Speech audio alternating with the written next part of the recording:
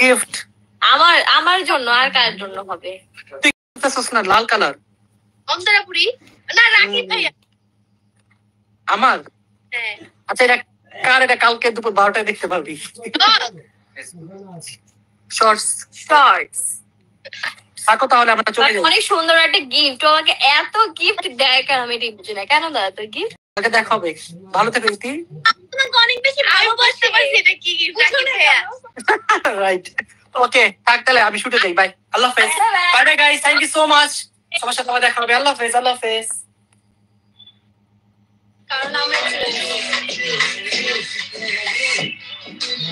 Purple কালারটা সুন্দর, pink কালারটাও সুন্দর। না পিঙ্কটাও সুন্দর। এটা আমি জানতাম খালামণিটা এতদিন ব্ল্যাক বা অ্যাশ কালার হবে, কারণ কালার যে। তো যাই হোক, বয়সটা যেটা বলতেছিলাম, বয়স লুকায় কোনো লাভ নেই। আর আমরা বয়স আসলেই লুকাই না।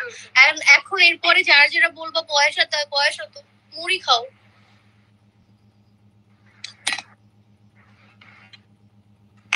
তোমাদের পেজ ঠিক হয়ে গেছে না? এখনো ঠিক হয়নি। ইনশাআল্লাহ হয়ে যাবে।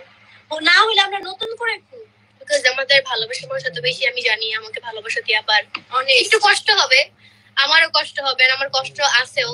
বাকিটা দেখা যাক, আল্লাহ ভরসা। এলো ঝর্মা দেখি পাবজি। আমিও চইলা যাই, পাবজি খেলবো। আমরাও খেলবো। আমাদের আমাদের সাথে হোয়াইটটা জোস। ওইটা হোয়াইট না, ওইটা পার্পল কালার ছিল। জিমিন নামটা শোনা শোনা মানে বিটিএস মেম্বারের কারো। জিমিন ভি এই দুইটা চিনি, মানে নাম জানি। জাংকুক আর সুগা এগুলো চেহারা দেখলে চিনি না, কারণ সবার চেহারা কি একদম সেম টু সেম কাইন্ড।